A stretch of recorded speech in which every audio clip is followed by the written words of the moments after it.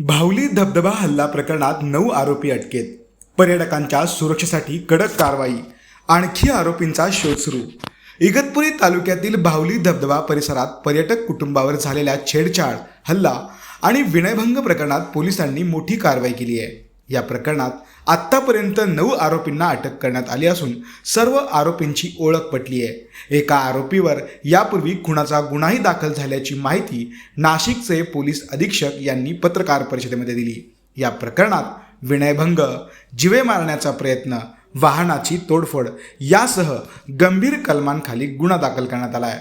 तांत्रिक विश्लेषण आणि चित्रफितींच्या आधारे आरोपींना ताब्यात घेण्यात आले असून आणखी एका आरोपीचा शोध सुरू आहे. आरोपींना मदत करणाऱ्यांवरही गुन्हे दाखल करण्यात येणार असल्याचा इशारा पोलिसांनी दिला आहे. पर्यटकांच्या सुरक्षेसाठी भावली धबधबा परिसरात अतिरिक्त बंदोबस्त तैनात करण्यात आला असून अशा घटना पुन्हा घडू नयेत यासाठी आवश्यक खबरदारी घेतली जात असल्याचं पोलीस प्रशासनाने स्पष्ट केले आहे. काही पर्यटकांवरती हल्ला झाल्याची घटना घडली. या घटनेमध्ये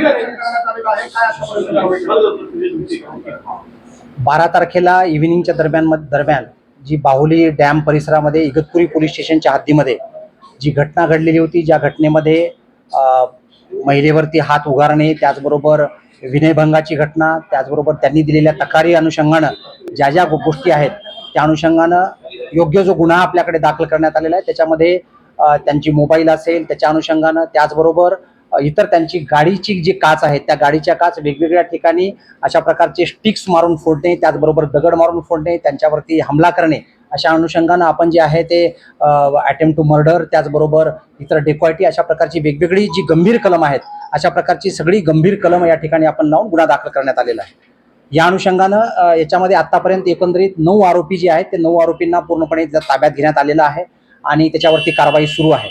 हे जे एकंदरीत आरोपी आहेत हे आरोपी त्या परिसरामधले आहेत आणि हे सगळे जे आरोपी होते हे आरोपी वेगवेगळ्या इगतपुरी भागामधले, त्याचबरोबर नांदगाव सदो नावाचं गाव आहे, बलाईदुरी आहे, गिरणारे आहे आणि माणिकखांब आणि त्या आजूबाजूच्या परिसरामधले असे सगळे हे आरोपी आहेत, एकमेकांच्या ओळखीचे आहेत आणि त्यांनी अशा प्रकारचं 9 आरोपींना आपण ताब्यात घेतलेलं आहे.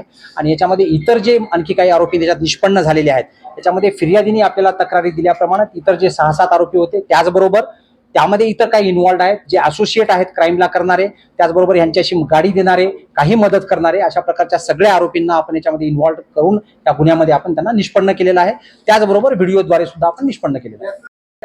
इथे जे हॉटेल्स आहेत, ते ढाबे आहेत, तिथे राजरोसपणे दारू पिली जाते, दारू दिली जाते आणि मटणाची दुकानाच्या नावाखाली मोठ्या प्रमाणात तिथे मद्यपींचा वावर पाहायला मिळतो.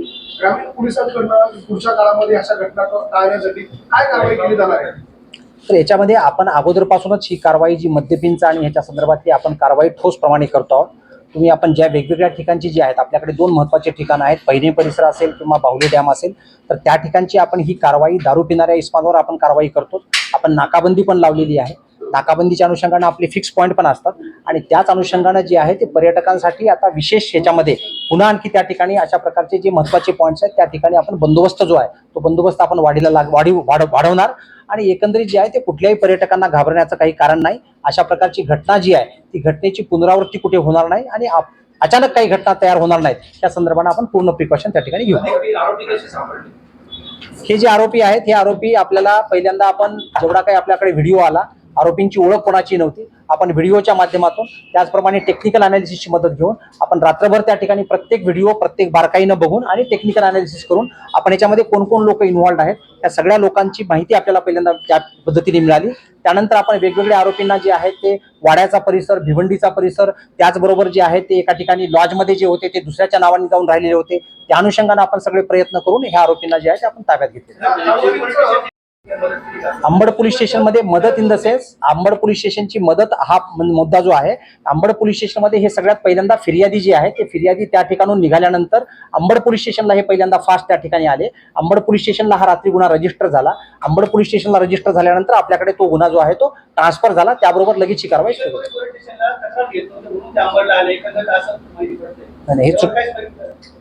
हे म्हणणं जे आहे ते रास्त नाही आहे. हे म्हणणं अत्यंत चुकीचं आहे अशा प्रकारे इगतपुरी पोलीस स्टेशनला ते आलेले नव्हते. आपण कंप्लेंटशी मी स्वतः बोललेलो आहे. कंप्लेनंट हे पहिल्यांदा आपल्याकडे 112ची जी व्हेकल आहे त्या व्हेकलनी त्यांच्याशी संपर्क केला. संपर्क केल्यानंतर ते एवढे फास्टमध्ये होते की वाडीवरून ते फास्ट पुढे निघून आले आणि त्याच्यामुळे त्यांनी अंबडला जाऊन तक्रार दिली. माझं कंप्लेंटशी बोलणं झालेलं आहे. आपलं म्हणणं जे आहे ते अत्यंत चुकीचं आहे. याच्यामधला एक जो आरोपी आहे तो आरोपी याच्यामधला भोईर नावाचा एक आरोपी आहे. त्या आरोपीला पूर्वीचा एक त्याच्यावरती मर्डरचा गुन्हा त्याच्यावरती दाखल आहे 2020-21च्या दरम्यानचा. तर त्याच्यामधला तो आरोपी आहे. त्या व्यतिरिक्त आणखी असा कुठल्याही आरोपीचं बाकी कोणाचं क्रिमिनल रेकॉर्ड नाही आहे, एकाच आरोपीचा आहे. तर त्या अनुषंगानं जो आरोपी आहे ह्या सगळ्या आरोपीच्या अनुषंगानं आपण खात्री केलेली आहे आणि त्या अनुषंगानं आपण याच्यामध्ये अतिशय कडक कलम लावून महिलांच्या कुठल्याही प्रकारचं, त्याचबरोबर पर्यटनावरती असा प्रकारचा कुठलाही परिणाम होणार नाही. त्याचबरोबर एकंदरीत ह्या अनुषंगानं आपण अतिशय कडक कारवाई जी आहे ती कडक कारवाई आपण करत आहोत. पर्यटन स्थळावर यापूर्वी प्रिकॉशन घ्यावी यापूर्वी आपण काही आदेश काढलेले आहे. पण या अनुषंगाने जो कालची घटना घडलेली आहे अशी घटनेच्या पार्श्वभूमीवर तुम्ही काही यापूर्वी दक्षता घेतली होती? आपण म्हणताय ते एकदम बरोबर आहे की आपण जर कंप्लेंटशी आपण जर बोललो तर तेव्हा ते सुद्धा त्या ठिकाणी लोकल पोलीस स्टेशनला त्या ठिकाणी पहिल्यांदा ज्या ठिकाणी आपण चौकी आहे त्याचबरोबर आपला बंदोबस्त पॉईंट आहे ज्या ठिकाणी एक्झॅक्ट धबधबाणी आहे अशा प्रकारचा आपल्या वेगवेगळ्या परिसरामध्ये आपण अशा प्रकारचा बंदोबस्त लावतो. त्या दिवशी पण पोलीस होते, त्या दिवशी पण पोलिसांना भेटले, पण पहिल्यांदा वादावादीचं ठिकाण त्या ठिकाणी झालं होतं आणि नंतरचं जे पर्यावसन आहे 7 ते 8 किलोमीटर पुढे गेल्यानंतर ज्या ठिकाणी रस्ता आहे त्या ठिकाणून तो ऍक्च्युली या ठिकाणी भांडणाला जी काच फोडणे आणि गाडीवरती हल्ला करणे आणि त्यांच्यावरती हमला करणे हा जो प्रकार आहे 7-8 किलोमीटर पुढचा आहे. त्याच्यामुळे जो आहे तो त्यामुळे नंतर मग त्याच्यामध्ये तशा प्रकारची फिर्याद झाली. पण आपण म्हटल्याप्रमाणे बंदोबस्त जो आहे तो आपण अशा प्रकारचा पर्यटनाच्या ठिकाणचा बंदोबस्त जो आहे तो नेहमी आपण त्या ठिकाणी लावतो.